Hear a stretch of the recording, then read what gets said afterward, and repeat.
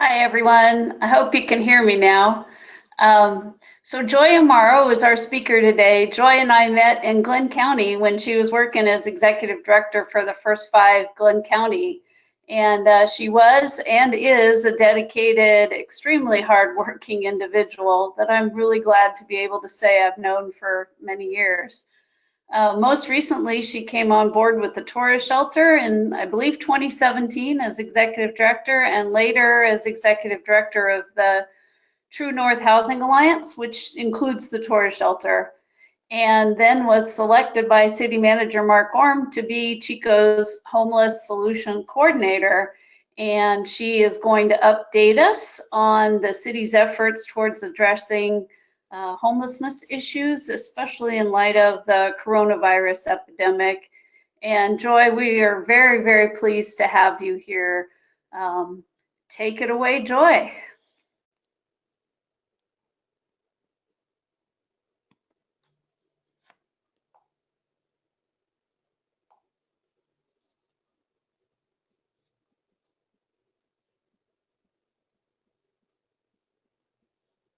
Joy, can you unmute your microphone?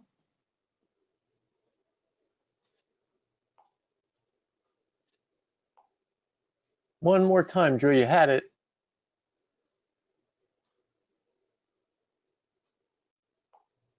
That's it, you got it. Can you hear me? We can. Yes, we've got you. Okay. Okay, so I'm going to start over again. So I'm here today to talk about the homeless crisis response system, and effectively what that is oh, now my thing's not working. There we go.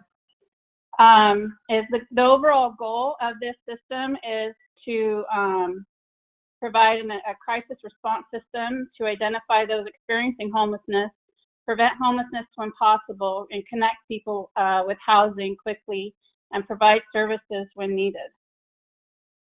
Now within that system, I thought I would take the time to walk you through how an effective housing crisis response system works. So here you have a housing crisis, and then you have a population of an at-risk of homelessness, and that at-risk population would be deemed as folks that are paying more than 30% of their income towards their rent. And then you have an unsheltered population. And the way that folks are identified is through a coordinated entry system. And that is a process that's designed to quickly identify, assess, and refer and connect people to housing and assistance.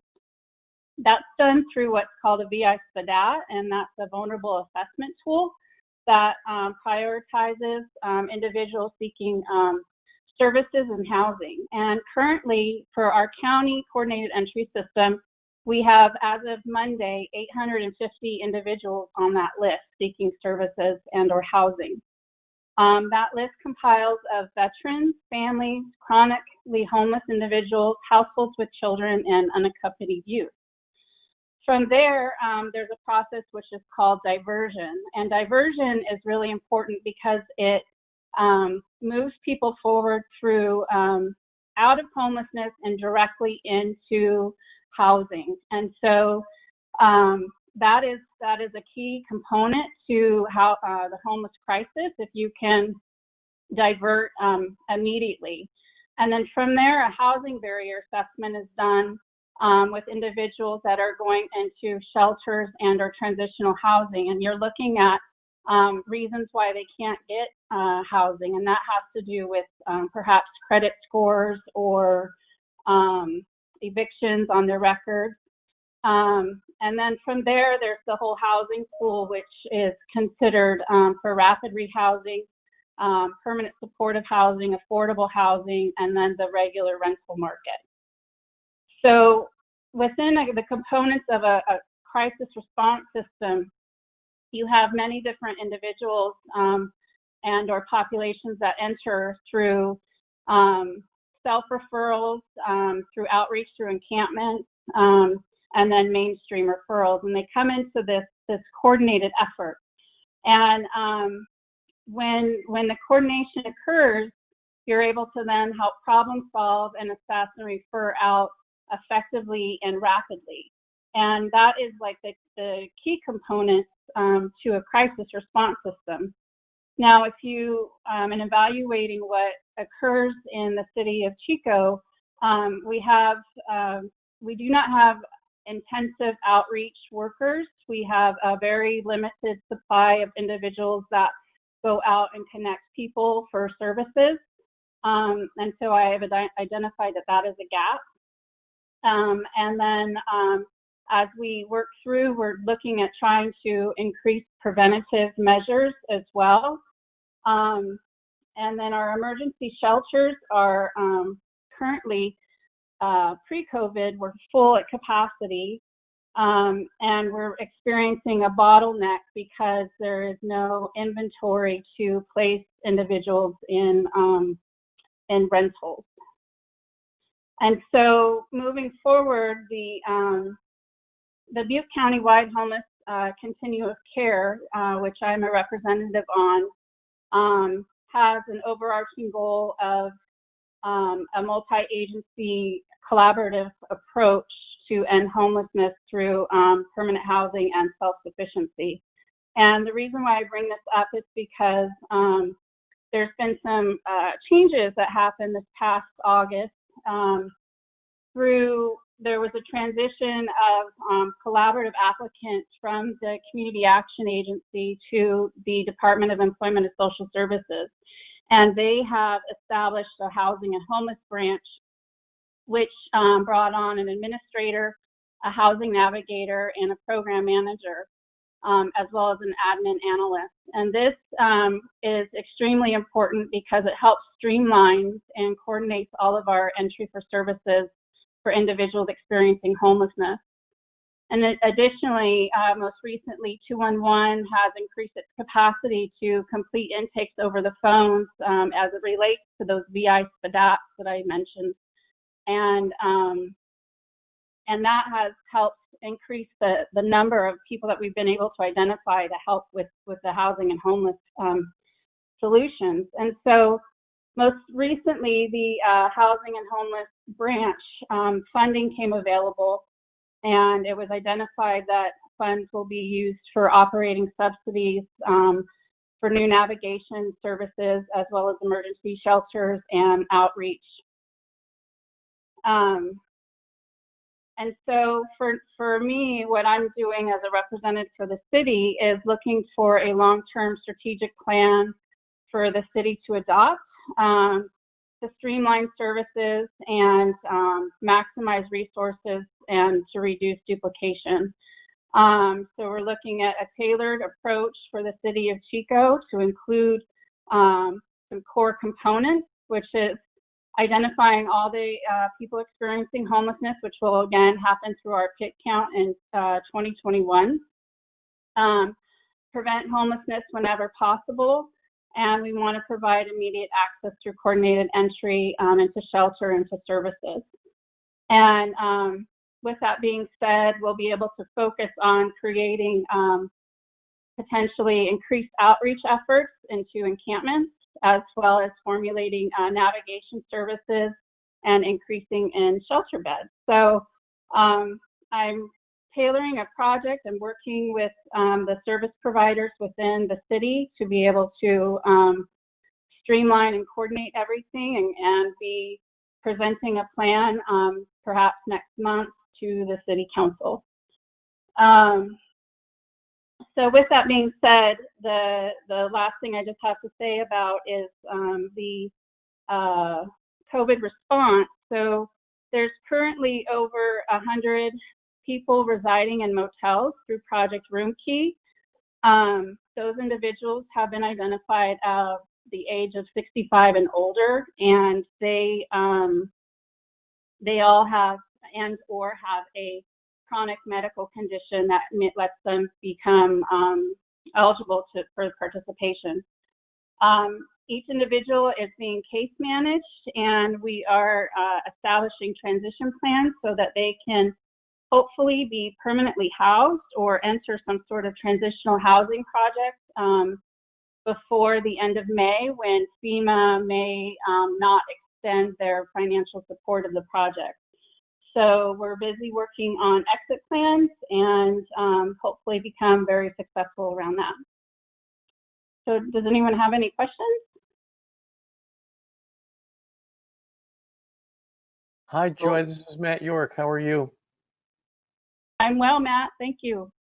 So how does this program compare to other communities of our size? Is this an advanced or progressive move, or middle of the road, or are we behind what other cities our size are doing?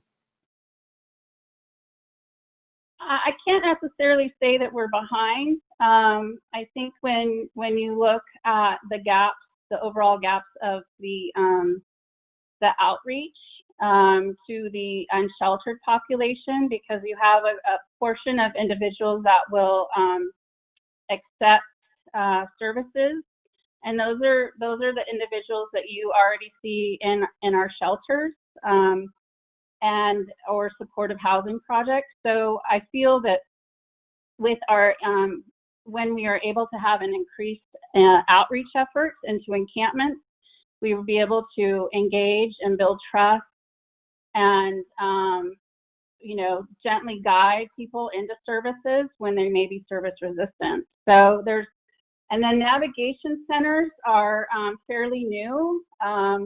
They started popping up in areas like San Francisco. Navigations are crucial for the unsheltered population because they can come in and they can access services easily on their own terms without having a commitment of having to stay the night. It's like a day center that would help connect them to services. So we're not behind. We're just catching up, and with the new release of funding these last few years, we'll be able to make some good strides soon. All right, Matt, thank you for that. I'm back, by the way, and I can hear Joy, which is really cool. So that's good. Hopefully you can hear me too.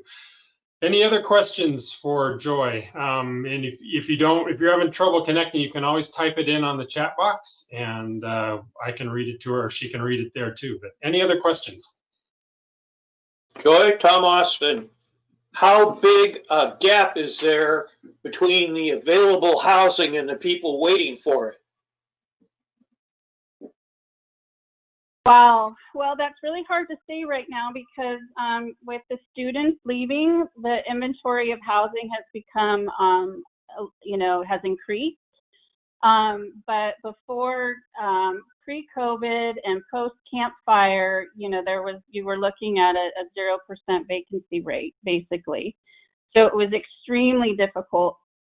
And I can reflect back on being the executive director of True North, and I can say that at one point in time, True North was housing, for instance, 30% of their clients, up to 30% of their clients, and it has reduced dramatically to 15%.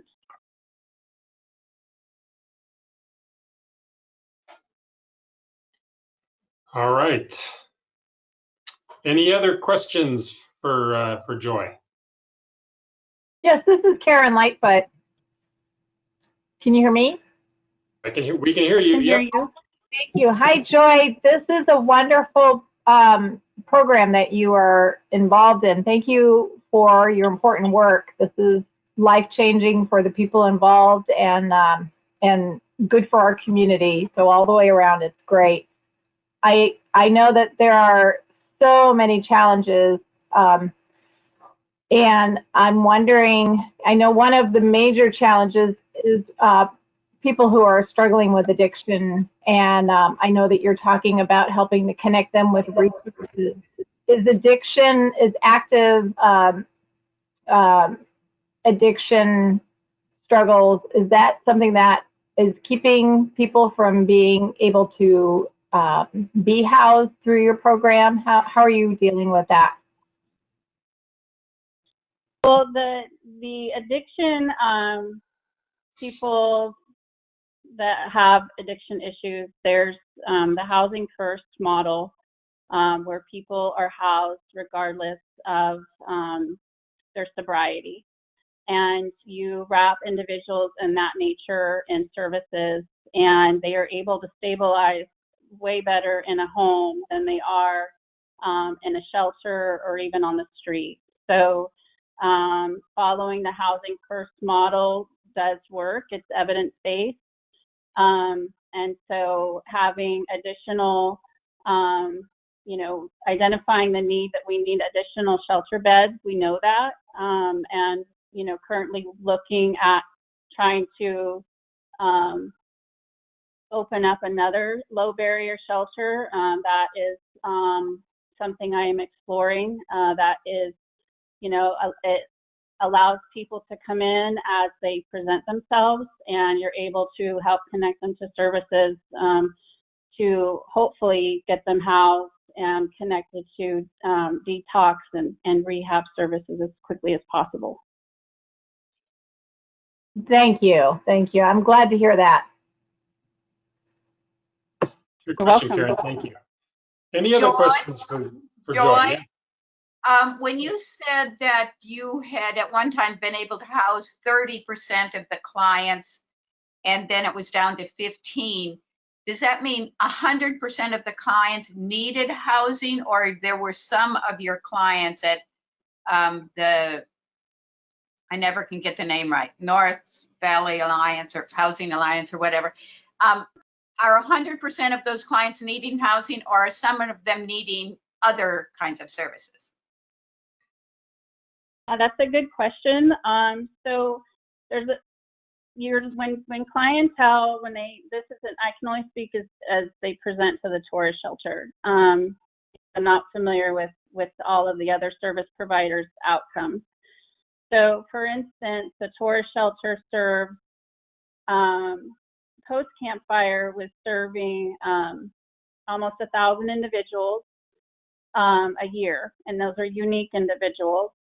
And you have to look at what individuals have income. So what percentage are working, what percentage have SSI or SSEI, and then are they able to afford housing? And so that all of those individuals need housing because they are in an emergency shelter. And post campfire, the length of stay in the shelter grew tremendously because there was no housing, affordable housing available. So the average length of stay grew from about 50 days to close to 100. They nearly doubled because there was no output. The emergency shelter system was bottlenecked because there was no affordable housing. And so if you look at, like say they served 900 people and 30% of those were housed, that was based on the fact that they had income and that their case managers were able to help assist them with finding housing. And so every case is different, but and you have to work through all of those, what I called as the barrier assessment, the housing barrier assessment. So I don't know if that answered your question. Well, it did to some extent, but what I'm wondering is how many people that are asking that have come to Torrey Shelter or one of the other facilities, have they just not been able to get anything? No housing solution at all, whether it's, temporary, and basically they're back on the streets because there's nothing. Well, they, for specific to the tourist shelter, they wouldn't necessarily be asked to leave. Basically, what the case managers there are doing are working on housing action plans, and so they are creating ways for individuals to stabilize, and that is through gaining income, medical providers, medical homes, and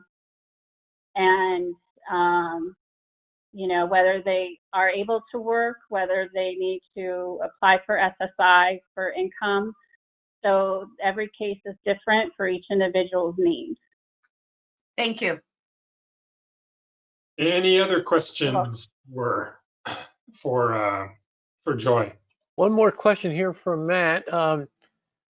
Joy, are any social clubs in town engaging in that human resource shortage you mentioned before? You said there really weren't enough people to do outreach. Are there any social clubs in town that have stepped up to that challenge or have discussed such an idea? Not that I'm aware of.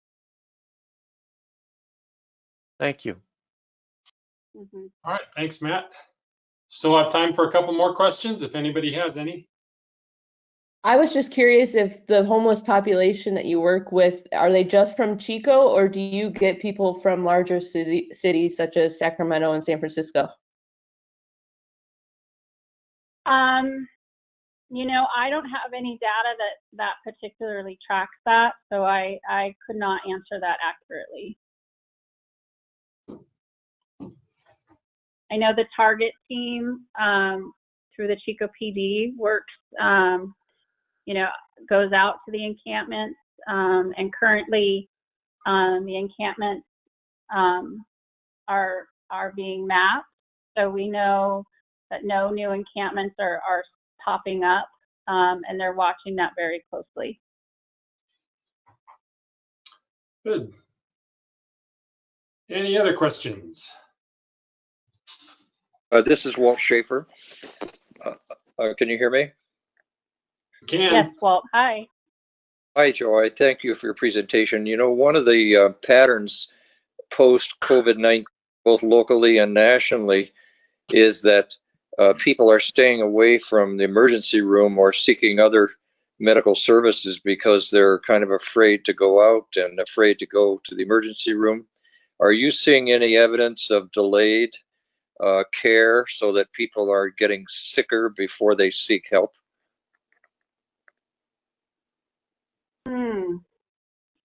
I am not in the field that much and in my role right now, so I can't necessarily answer that. I do know that the AMPLA Mobile Medical Unit is in Chico every other week and servicing between the Jesus Center and the Torres Shelter and Catalyst.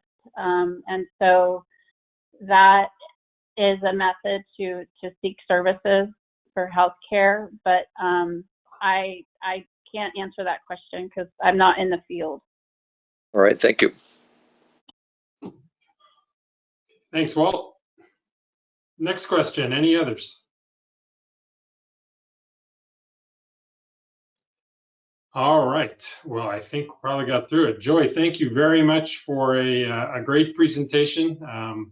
Appreciate your joining us today. And as you probably heard me mention at the beginning of the meeting, we are in our 100th year, so about to celebrate our centennial as a club.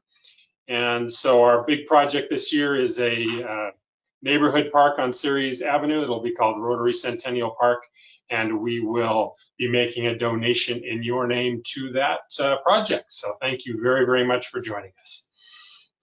Oh, thank you so much. And as I gain more information, I would love to come back. Great. It's only been like 5 weeks on the job, so. I'd say you've hit the ground running, so good stuff. So, and there's okay. some. Thank you. Check out the chats. A couple people are saying thank you, so check out the chats, and few messages there for you. So, all right, everybody. Okay. Next week we'll try to do this again, and I'll try to have better ears next time so I can actually hear what's going on. And we will keep plugging along at this. So, given all that, thank you all for the privilege of your time, and we will convene again next week at 12:30.